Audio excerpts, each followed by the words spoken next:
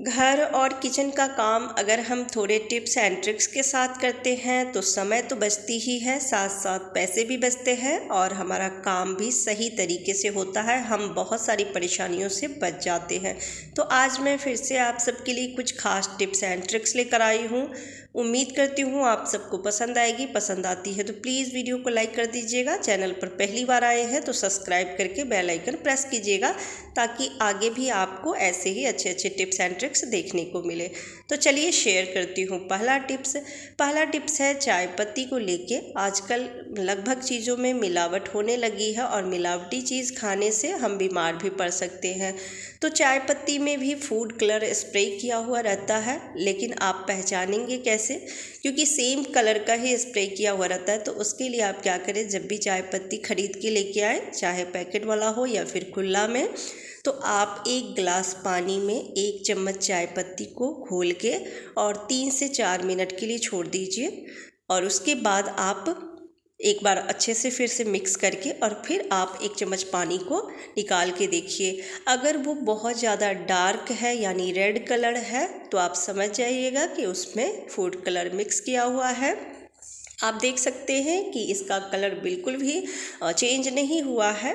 थोड़ा सा कलर जो है वो चाय पत्ती की ही कलर है, तो यानी कि ये चाय पत्ती सही है। तो इस तरह से आप चाय पत्ती को चेक कर सकते हैं। दूसरा तरीका है कि आप 1 चम्मच चाय पत्ती को अपनी हथेली पर रखें और उसमें 1 से 1.5 चम्मच पानी आप रखिए और इसको हल्का सा रफ़ कीजिए हथेली से। अगर कलर छूटे यानी कि हथेली में कलर लगती है तो यानी ये चाय पत्ती सही नहीं है। तो इस तरह से चाय पत्ती को पहचान सकते हैं आप। ये ट्रिक बहुत बढ़िया है, ट्राई करके ज़रूर देखिएगा। अगला जो टिप्स है वो है ब्लाउज़ को लेके। कई बार होता है कि हमें पार्टी में जाना है, किसी भी फंक्शन में जाना है या फिर ऐसे भी हमारी पसंद का जो साड़ी है वो पहनना है, पर साड़ी तो मिल जाती है, ब्लाउज़ नहीं मिलती है। क्योंकि साड़ी और ब्लाउज़ को हम अलग अलग फोल्ड करके रखते हैं। साड़ी को कई लोग हैंग करके रखते हैं कबर्ड में, पर ब्लाउज़ कहीं और रख देते हैं फोल्ड करके और वो उस वक्त मिलती नहीं है। तो आज मैं तरीका बताऊंगी जिससे कि आप साड़ी में ही ब्लाउज़ को फोल्ड करके रख सकते हैं और फिर आपको जब भी पहनना हो तो ढूंढने की ज़रूरत नहीं पड़ेगी। जो भी आपका फेवरेट साड़ी है बड़ी आसानी से आप उसे पहन सकते हैं। तो इसके लिए आपको क्या करना है कि साड़ी को आप इस तरह से तह लगा लीजिए और तह लगाने के बाद जो उसका मैचिंग ब्लाउज है, पहले ब्लाउज़ को इस तरह से नीचे रख दीजिए। अगर आपका जो ब्लाउज़ है वो कॉलर वाली नहीं है, मेरी कॉलर वाली है, आपकी अगर कॉलर वाली नहीं है, डीप गला वाली है, तब तो आप ऐसे फ़ोल्ड करके रख सकते हैं। लेकिन मेरी कॉलर वाली है तो इस तरह से फ़ोल्ड नहीं हो रही है अच्छे से, ये साड़ी मुड़ जा रही है और ब्लाउज भी। तो इससे कपड़े की जो क्रीच होती है, जो प्रेस है, वो ख़राब हो जाएगी। तो इसके लिए आप क्या करें कि ब्लाउज़ को इस तरह से फैला दें और 2 हुक लगाए, ज़्यादा हुक ना लगाए क्योंकि हुक लगाने से भी हुक में जंक लग जाती है। तो 2 हुक लगाइए और फिर आप साड़ी को ब्लाउज़ के ऊपर रख दीजिए। और अब दोनों तरफ का जो बाजू है वो बाजू को आप साड़ी के ऊपर लेके आइए। इस तरह से साड़ी के ऊपर आपको फोल्ड कर लेना है ब्लाउज़ के बाजू को। और अब साड़ी का आधा भाग इसके ऊपर फोल्ड कीजिए और फिर दूसरी तरफ से भी आपको ऐसे ही साड़ी को फोल्ड करना है। और जो एक्स्ट्रा साड़ी रह गया है उसे आप ब्लाउज़ के अंदर सेट कर दीजिए। इससे क्या होगा कि साड़ी खुलेगी भी नहीं, ये अच्छे से पैक रहेगी। अब आप इसे जहाँ भी चाहे आप अच्छे से रख दीजिए। इससे 2 फ़ायदे होंगे। एक तो जब चाहे आप साड़ी जब पहनना चाहेंगे बड़ी आसानी से आपको ब्लाउज़ भी मिल जाएगी, ढूंढना नहीं पड़ेगा, समय की बर्बादी नहीं होगी। साथ साथ ब्लाउज़ की भी क्रिच नहीं टूटेगी। जब हम ड्राई क्लीन के लिए साड़ी देते हैं तो साथ साथ मैचिंग ब्लाउज़ भी देते हैं, पर ब्लाउज़ को बहुत ज़्यादा तह लगा के रखने की वजह से इसकी प्रेस यानी कि क्रिच जो है वो ख़राब हो जाती है। तो इस तरह से इसमें भी उतनी ही लाइट रहेगी, इसकी क्रिच ख़राब नहीं होगी। तो ये ट्रिक बहुत अच्छा है, ट्राई करके ज़रूर देखिएगा।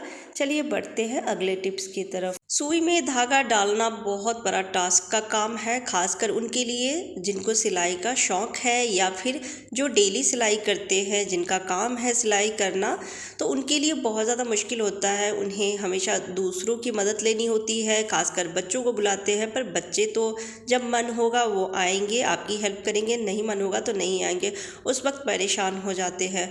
और जो धागा होता है ना, लास्ट वाला छोर, वो कई बार होता है कि उसके धागे फैल जाते हैं तो वो नई सुई में जाती है। छोटी वाली जो सुई होती है, जिसको तिरुपाई वाली सुई बोलते हैं, तो उसमें तो बहुत ज़्यादा मुश्किल।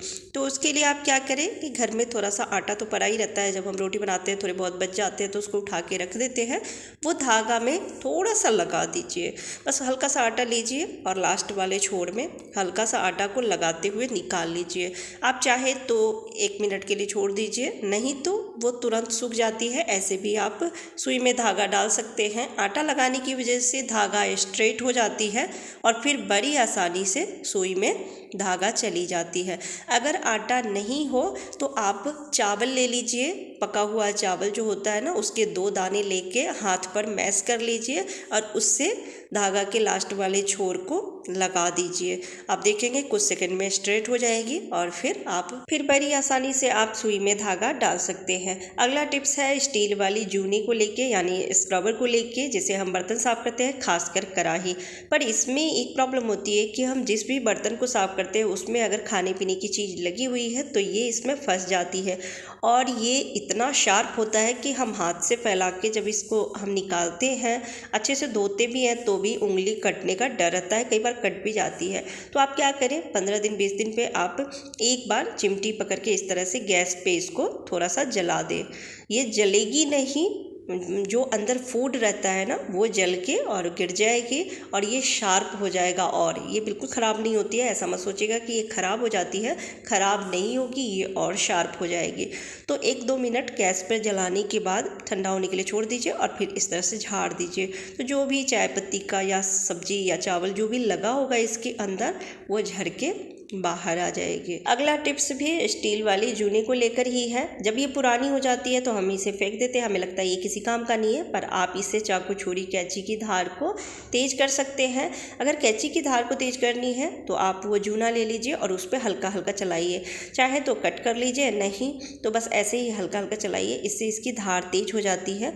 और अगर कैंची पे जंग लगी हो या उसकी धार कुछ ज़्यादा ही कम हो गई है तो आप इस नूरे को कैंची पे हल्का हल्का रफ़ कीजिए, यानी कि रगड़िए, घिसिए, क्योंकि ये जो स्टील वाली होती है ना, ये बहुत ज़्यादा शार्प होती है, ये भी बहुत तेज़ होती है। तो इससे घिसने से इसकी धार तेज़ हो जाएगी और कैंची चमक भी जाएगी। इसी तरह से आप चाकू को भी साफ़ कर सकते हैं, उसकी धार को तेज कर सकते हैं। तो ये बहुत ही बढ़िया है, ट्राई करके ज़रूर देखिएगा। और आपको बाकी के टिप्स एंड ट्रिक्स कैसे लगे कमेंट करके ज़रूर बताइएगा। अच्छी लगी हो तो वीडियो को लाइक कर दीजिएगा। चैनल पर पहली बार आए हैं तो चैनल को सब्सक्राइब जरूर कर लीजिएगा। फिर मिलती हूँ अगली वीडियो में, तब तक के लिए बाय बाय, टेक केयर।